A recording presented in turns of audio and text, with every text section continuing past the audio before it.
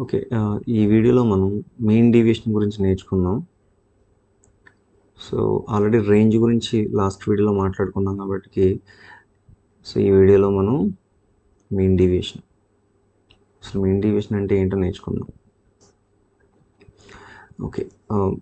So, మనకు తెలుసు already.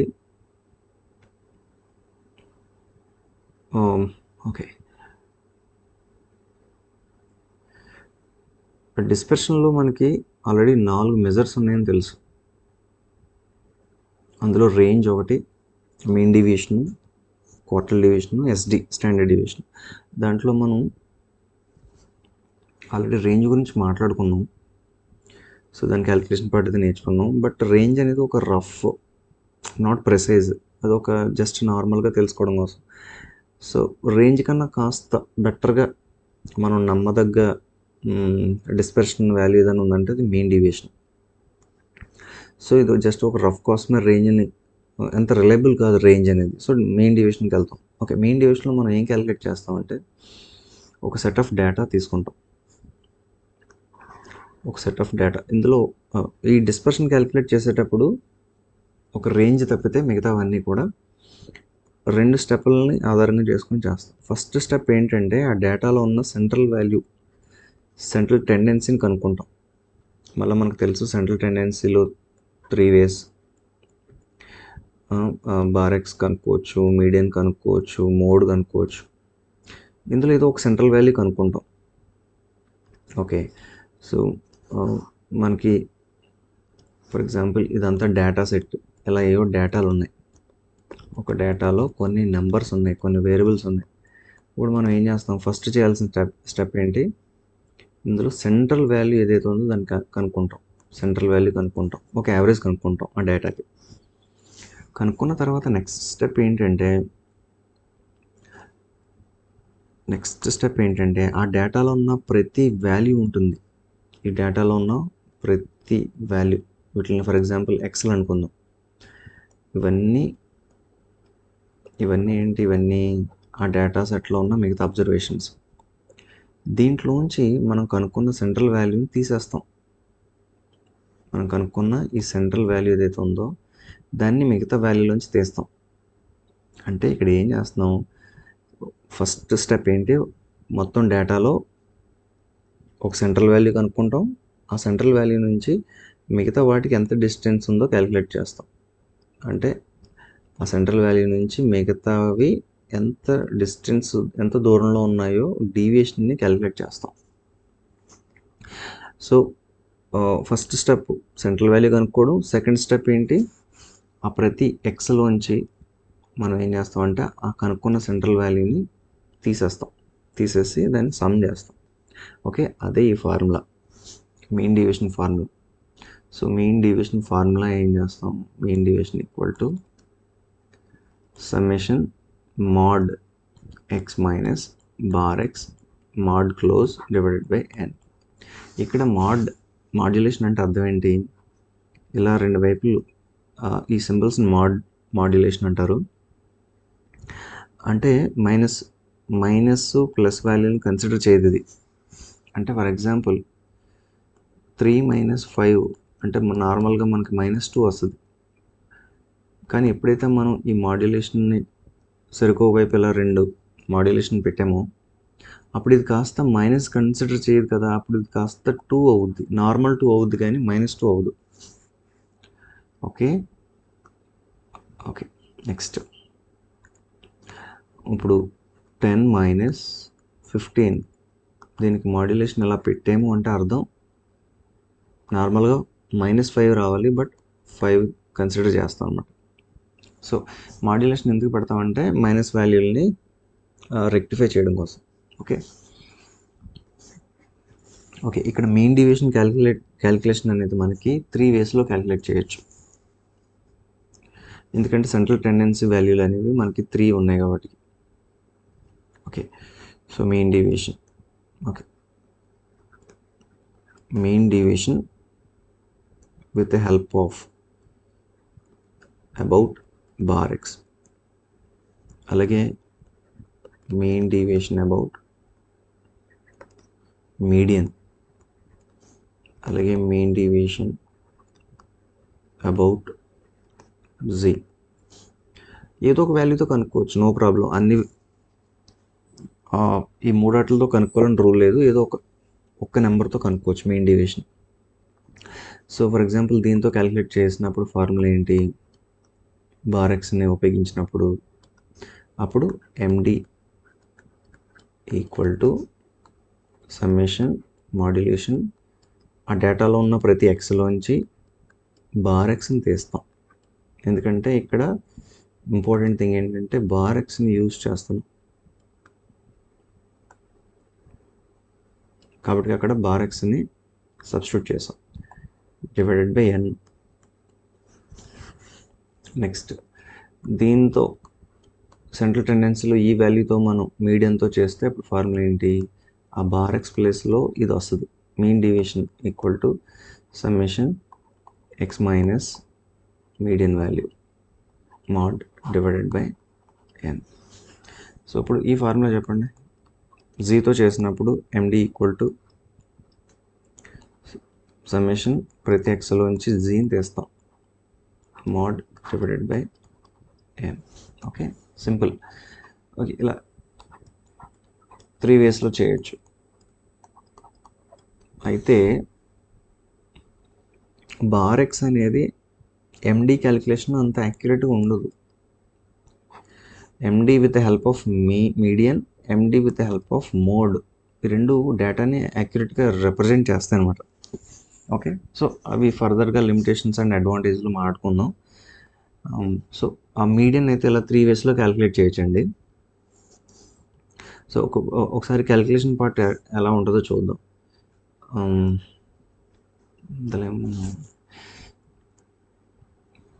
Calculation part వచ్చేసి ఓకే, ఇక్కడ ఒక డేటా ఉంది చూడండి.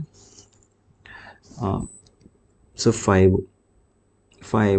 8, 10, 12, 9.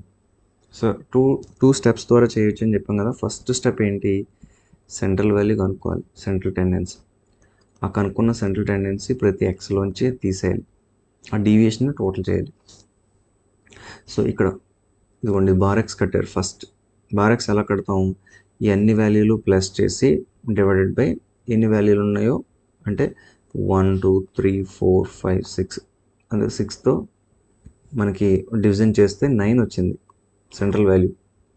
అంటే ఒక డేటాలో ఉన్న అన్ని వాల్యూస్ని ఫైండ్ అవుట్ చేస్తే ఒక సెంట్రల్ వాల్యూ కనుక్కున్నాం మనం, ఫస్ట్ స్టెప్. ఇప్పుడు సెంట్రల్ వాల్యూ కనుక్కున్న తర్వాత నెక్స్ట్ ఫర్దర్గా ఏం చేయాలి, మనం ఇక్కడ నుంచి డిస్టెన్స్ ప్రతి దానికి క్యాలిక్యులేట్ చేయాలి.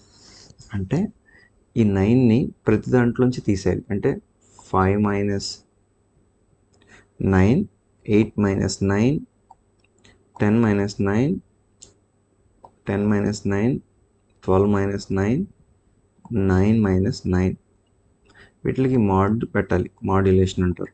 అంటే ఇలా మాడ్యులేషన్ సింబల్ ప్రతి ఎక్స్లోంచి కనుక్కున్న బారెక్స్ తీసేయాలి. తీసేస్తే 5 మైనస్ 4, యాక్చువల్గా నార్మల్గా -4 రావాలి. బట్ ఎప్పుడైతే మనం మాడ్యులేషన్ పెట్టామో ఈ మైనస్ అనేది క్యాన్సిల్ అయిపోద్ది.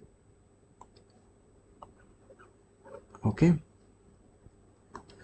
సో మాడ్యులేషన్ ఎందుకు ఉపయోగిస్తారని చెప్పుకున్నాం మనం, మైనస్ లేకుండా. ఓకే, ఇది అర్థమైంది అనుకుంటున్నాను నేను. ఫస్ట్ స్టెప్ ఏం చేశారు, సెంట్రల్ వాల్యూ కనుక్కున్నారు, 9 వచ్చింది. ఆ 9ని ప్రతి దాంట్లోంచి, ఇది ఎక్స్ వాల్యూలు కదా, ఇవి ఎక్స్ వాల్యూలు కదా, ఆ ఎక్స్ వాల్యూలోంచి బారెక్స్ తీసేయాలి, కనుక్కున్న వాల్యూ ఇదిగోండి అదే ఈ ఎక్స్ప్రెషన్. అన్నట్లోంచి 9 తీసేస్తే వచ్చిన వాల్యూస్ ఇవి. 9 minus 9 0, 12 minus 9 3, 10 minus 9 1, 10 minus 9 1, 8 minus 9 -1 రావాలి యాక్చువల్గా. కానీ ఇక్కడ మనం ఎప్పుడైతే మాడ్యులేషన్ పెట్టామో అది కాస్త +9గా చూపించాలి. మాడ్యులేషన్ ఉద్దేశం అది. ఓకే, నెక్స్ట్ సో ఇప్పుడు మనం ఏం చేసాం, డీవియేషన్ కనుక్కున్నాం. 4, 1, 1, 1, 3 వీటిని మళ్ళీ టోటల్ చేసాం, ఎంత వచ్చింది, 10 వచ్చింది. ఓకే, ఈ ఎక్స్ప్రెషన్ రెండో స్టెప్ కూడా అయిపోయింది. ఇప్పుడు దాని ఫార్ములా ఏంటి, ఇదిగోండి నెక్స్ట్ ఇదిగోండి ఆ ఫార్ములాలో సబ్స్టిట్యూట్ చేసాం. Summation x minus bar X అంటే ఇదే కదా 10 కదా ఈ ఎక్స్ప్రెషన్కి అర్థం. అంటే 10 డివైడెడ్ బై ఫార్ములాలో n అంటే 6 కదా, ఎంత వచ్చింది 1.67 వచ్చింది ఎండి మెయిన్ డీవియేషన్. మెయిన్ డీవియేషన్ అంటే ఏం లేదండి, ఒక డేటాని తీసుకుంటున్నాం. ఓకే, ఒక డేటాని తీసుకుంటున్నాం, ఆ డేటాలో ఉన్న సెంట్రల్ వాల్యూ ఏదైతే ఉందో ఈ అన్నిటిని కలిపితే మనకి ఒక సెంట్రల్ వాల్యూ వచ్చింది. ఓకే, సెంట్రల్ వాల్యూ వచ్చింది. ఈ సెంట్రల్ వాల్యూని ఆ డేటాలో ఉన్న అన్ని అబ్జర్వేషన్ల నుంచి మైనస్ చేస్తున్నాం. మైనస్ చేసి ఆ డిఫరెన్సెస్ని ఏం చేస్తున్నాం అంటే ఎన్నైతే ఉన్నాయో దాంతో ఏదైతే ఆ డిఫరెన్సెస్ ఉన్నాయో వాటిని టోటల్ చేసి ఆ మొత్తం ఎన్నైతే ఉన్నాయో ఆ నెంబర్ ఆఫ్ అబ్జర్వేషన్స్ని డివైడ్ చేస్తున్నాం. అదే MD mean deviation. Okay, simple. Okay, ఇప్పుడు ఈ మీన్ డీవియేషన్ క్యాలిక్యులేట్ చేయడం నేర్చుకున్నాం కదా. ఇప్పుడు వీటి యొక్క లిమిటేషన్స్ ఏమన్నా ఉన్నాయని చూద్దాం, లిమిటేషన్స్ కానీ క్యారెక్టరిస్టిక్ కానీ. ఓకే, సో మీన్ డీవియేషన్ ఇక్కడ చూడండి ఒకసారి. Mean deviation about mean calculate చేసినప్పుడు అది 0 అయిపోతుంది. అందుకనే వాళ్ళు మాడ్యులేషన్ని ఉపయోగించారనమాట. అంటే దీని అర్థం ఏంటంటే మెయిన్ హెల్ప్తో చేసినప్పుడు అది 0 అయిపోతుంది. ఎలా అయిపోతుంది చూపిస్తాను మీకు. ఒక డేటా తీసుకుందాం. 1 2 3 4 5. దీన్ని యావరేజ్ కడితే ఎంత వస్తుంది? 3 వస్తుంది. ఇదిగోండి 3 యావరేజ్. సో మనకు బార్ ఎక్స్ ఎంత వచ్చింది? 3 వచ్చింది. ఆ బార్ ఎక్స్ అనేది ప్రతి దాంట్లోంచి తీసేద్దాం. Okay, -3 -3 -3 -3 and -3. ఎందుకు -3 చేసాం? ఎందుకంటే వీటి యావరేజ్ కడితే 3 వచ్చింది. అర్థమెటిక్ మీన్ ప్రతి డేటాలోంచి తీస్తాం. అప్పుడు ఆ డీవియేషన్స్ వస్తాయి కదా, డీవియేషన్స్. ఓకే, వీటిని డీవియేషన్స్ అంటారు. 1 - 3 -2. ఓకే, 2 - 3 -1 అట్లా. ఇవి డీవియేషన్స్. మళ్ళీ వీటిని డీవియేషన్స్ని టోటల్ చేస్తే 0 అయిపోద్ది. ఎందుకు 0 అయిపోద్ది? అర్థమెటిక్ మీన్ ఇదిగోండి 0 అంటే ఈ +2 ఈ -2 క్యాన్సిల్ అయిపోతాయి, ఈ -1 ఈ +1 క్యాన్సిల్ అయిపోతాయి, మొత్తానికి 0. అంటే ఇక్కడ ఏం ప్రూవ్ చేయాలనుకుంటున్నామంటే ఏవైతే ఒక డేటాకు సంబంధించి ఏదైతే బార్ ఎక్స్ ఉందో ఆ బార్ ఎక్స్ అనేది ఆ డేటాలోంచి తీసేస్తే అలా తీసేకి వచ్చిన డీవియేషన్స్ని మళ్ళా మనం టోటల్ చేస్తే అవి 0 అయిపోతుంది. అందుకని వీళ్ళు ఏం చేశారంటే మాడ్యులేషన్ అనే దాన్ని ప్రవేశపెట్టారు. అప్పుడు మాడ్యులేషన్ ప్రవేశపెడితే ఏమవుద్ది? మైనస్ అనే కాన్సెప్టే ఉండదు. ఓకే, అప్పుడు 0 అవ్వదు. ఇక్కడ వాల్యూ అనేది 0 అవ్వదు. ఓకే, ఫర్ ఎగ్జాంపుల్ ఇక్కడ చూడండి. ఇక్కడ -2 వచ్చింది కదా, ఇక్కడ మైనస్ తీసుకోము, ఇక్కడ 2 తీసుకుంటాం మాడ్యులేషన్ పెట్టినప్పుడు. ఇక్కడ 1 తీసుకుంటాం, 0 తీసుకుంటాం, ఇక్కడ ఎలాగ 1 ఇక్కడ 2. అప్పుడు టోటల్ వాల్యూ 0 అవ్వదు. 2 + 1 3 4 6 అవుద్ది. ఓకే, అలా. సో అది 0 కాకుండా మనం మాడ్యులేషన్ ఉపయోగిస్తున్నాం అన్నమాట. ఓకే, సో దీని ప్రకారం మనం గుర్తుంచుకోవాల్సింది ఏంటంటే if the deviations of all the observations from their mean, అంటే డీవియేషన్స్ మెయిన్ క్యాలిక్యులేట్ చేసి ఆ అబ్జర్వేషన్స్ ప్రతి దాంట్లోంచి మెయిన్ తీసేస్తే మళ్ళీ దాన్ని టోటల్ చేస్తే అటువంటి సమ్ అది 0 అయిపోతుంది. ఓకే, అప్పుడు impossible to get the average of the deviations. అప్పుడు పాసిబుల్ కాదు, అందుకనే మనం మాడ్యులేషన్ అనే దాన్ని ఉపయోగిస్తున్నాం. ఇదిగోండి, irrespective of plus or minus sign.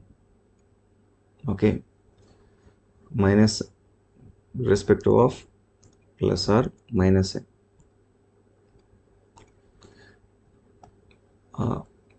So plus or minus sign మనం తీసుకోం. ఓకే ఓకే నెక్స్ట్ క్యారెక్టరిస్టిక్స్ ఏమున్నాయి? Main deviations characteristics. ఇటువంటి లీస్ట్ అనే పదం ఇది ఒక నోటబుల్ క్యారెక్టర్ మెయిన్ డీవియేషన్ సంబంధించి. ఎప్పుడు కూడా మెయిన్ డీవియేషన్ అనేది with the help of the మీడియంతో క్యాలిక్యులేట్ చేసినప్పుడు ఆ వాల్యూ అనేది లీస్ట్గా ఉంటుంది, చాలా తక్కువగా ఉంటుంది. ఇది అర్థం కావాలంటే మనం ఆల్రెడీ చెప్పుకున్నాం, ఎండీని బార్ ఎక్స్తో క్యాలిక్యులేట్ చేయొచ్చు, మీడియంతో క్యాలిక్యులేట్ చేయొచ్చు, తర్వాత ఏమో మోడ్తో క్యాలిక్యులేట్ చేయొచ్చు.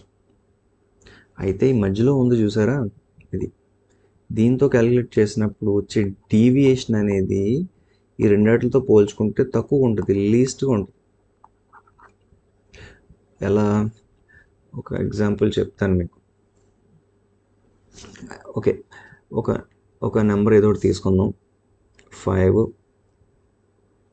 10, 20, 25 చాలు. ఇది ఒక డేటా సెట్. దీన్ని యావరేజ్ కడదాం. యావరేజ్ ఎంత వచ్చింది? 15 వచ్చింది. ఓకే, 15 వచ్చింది. ఓకే, ఇంకొక నెంబర్ తీసుకుందాం, ఏదో ఒకటి 30 అనే నెంబర్ తీసుకుందాం. ఇప్పుడు దీంట్లో మీడియన్ ఏంటి? మీడియన్తో చేసి చూద్దాం. మీడియన్ ఏంటి? 20 కదా, ఎందుకంటే మీడియన్ అంటే మధ్యలో ఉన్నదని అర్థం. ఈ 20కి ఇటువైపు 25, 30 రెండు నెంబర్లు ఉన్నాయి, ఇటువైపు రెండు నెంబర్లు ఉన్నాయి. సో మధ్యలో నెంబరు ఇక్కడ 20 మీడియన్ కదా. సో ఇప్పుడు ఒకసారి చూద్దాం, ప్రతి దాంట్లోంచి 20 తీసేద్దాం. ఓకే, మైనస్ 20, -20, -20 మాడ్యులేషనే పెడదాం. మాడ్యులేషన్ అంటే ప్లస్ వచ్చినా మైనస్ వచ్చినా మనం ప్లస్గానే తీసుకుందాం. 5లోంచి -20 తీస్తే యాక్చువల్గా -15, బట్ మాడ్యులేషన్ ఉపయోగిద్దాం, ఎండి కదా ఇది. సో 15 +15గా తీసుకుందాం. మైనస్ సైన్లు తీసుకోకూడదు ఇక్కడ, మాడ్యులేషన్ ఉపయోగిస్తాం కాబట్టి. సో ఇక్కడ +10, 0, ఇక్కడ ఎంత గ్యాప్ వస్తుంది? 25లోంచి 20 తీస్తే 15. ఓకే, ఇక్కడ ఎంత గ్యాప్ వస్తుంది? 10. వీటిని మళ్ళీ టోటల్ చేసాం అనుకోండి, మళ్ళీ ఈ డీవియేషన్స్ని ఎంత వస్తుంది? ఇక్కడికి 25, ఇది ఒక 25. సో టోటల్ ఎంత? 50 డీవియేషన్. మీరు మీడియన్, ఈ డేటా సెట్లో మీడియన్ 20, ప్రతి దాంట్లోంచి 20 తీసారు కాబట్టి 50 వచ్చింది. ఇదే లీస్ట్గా ఉంటుంది. ఈ 20 కాకుండా ఈ 5 ఏ నెంబర్ని మీరు తీసుకొని మైనస్ చేసినా కూడా మళ్ళీ వాటిని డీవియేషన్స్ని ప్లస్ చేస్తే 50 కన్నా ఎక్కువే వస్తుంది, కానీ తక్కువ రాదు. ఫర్ ఎగ్జాంపుల్ ఏదో ఒక దాన్ని మనం చూద్దాం. ఓకే, 5 తీసుకుందాం ఫర్ ఎగ్జాంపుల్, ఇదే డేటా సెట్ని.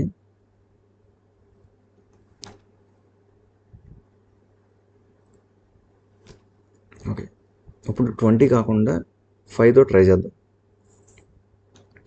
-5 అన్నట్ల నుంచి -5 తీసేద్దాం. -5, -5, -5, -5. ఇప్పుడు ఒకసారి డీవియేషన్ క్యాలిక్యులేట్ చేద్దాం. 5 - 5 0, 10 - 5 5. ఓకే, 20 - 5 15. Okay, 25 - 5 so 20, 30 - 5 25. ఒకసారి మళ్ళీ ఈ డీవియేషన్ అన్నిటిని టోటల్ చేద్దాం. ఓకే, ఎంత వచ్చింది? 65 వచ్చింది. అంటే 50 కన్నా 65 అనేది పెద్ద నెంబరు. సో ఇక్కడ నేను ఒకటే ప్రూవ్ చేయాలనుకుంటున్నాను, ఏం లేదు, ఒక డేటా సంబంధించి మీడియన్ మీడియన్తో వచ్చే డీవియేషన్ అనేది లీస్ట్గా ఉంటుంది. ఆ డేటా సెట్లో మీరు ఏ నెంబర్ అన్నా తీసుకోండి, 20 కాకుండా, ఆ నెంబర్లతో మైనస్ చేసి మళ్ళీ ఆ డీవియేషన్ క్యాలిక్యులేట్ చేస్తే పెద్ద నెంబరే వస్తుంది తప్పితే చిన్న నెంబర్ రాదు.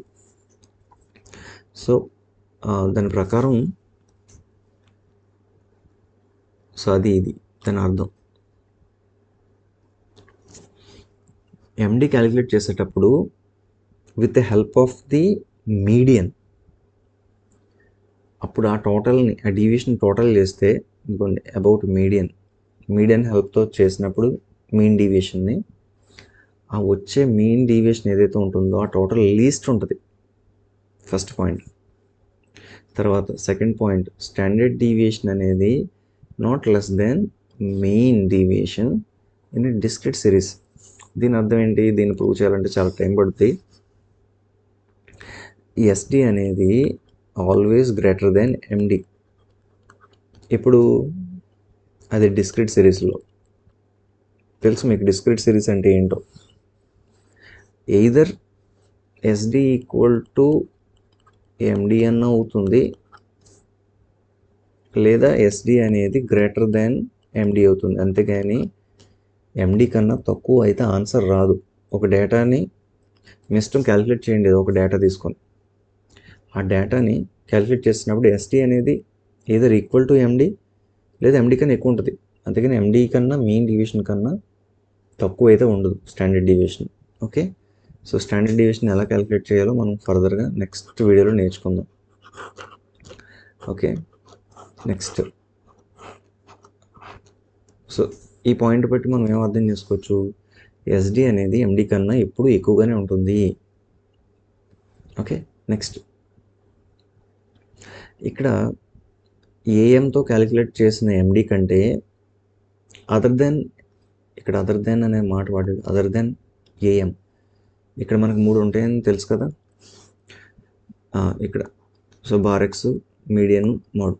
ఇందులో బారెక్స్ కాకుండా మిగతా 2 బెస్ట్ రిప్రజెంట్ చేస్తాయి ఎండి క్యాలిక్యులేషన్లో. మనం మెయిన్ డీవియేషన్ క్యాలిక్యులేట్ చేసేటప్పుడు బారెక్స్తో కంటే మిగతా 2 మెజర్స్ జీ అండ్ ఎంతో క్యాలిక్యులేట్ చేస్తే వచ్చే రిజల్ట్స్ చాలా యాక్యురేట్గా ఉంటాయి. Okay, best suited for other than bar x. అంతే, ఇంకా అలా గుర్తుపెట్టుకోండి. ఇంకా వాటికి ప్రాబ్లం చేసి చూపించాలి ఎందుకు అంటే. Okay, next standard deviation. Okay, దీనికి సంబంధించి ఇవి సరిపోతాయి. సో నెక్స్ట్ ఫర్దర్ క్లాస్లో మనం స్టాండర్డ్ డీవియేషన్ గురించి మాట్లాడుకుందాం.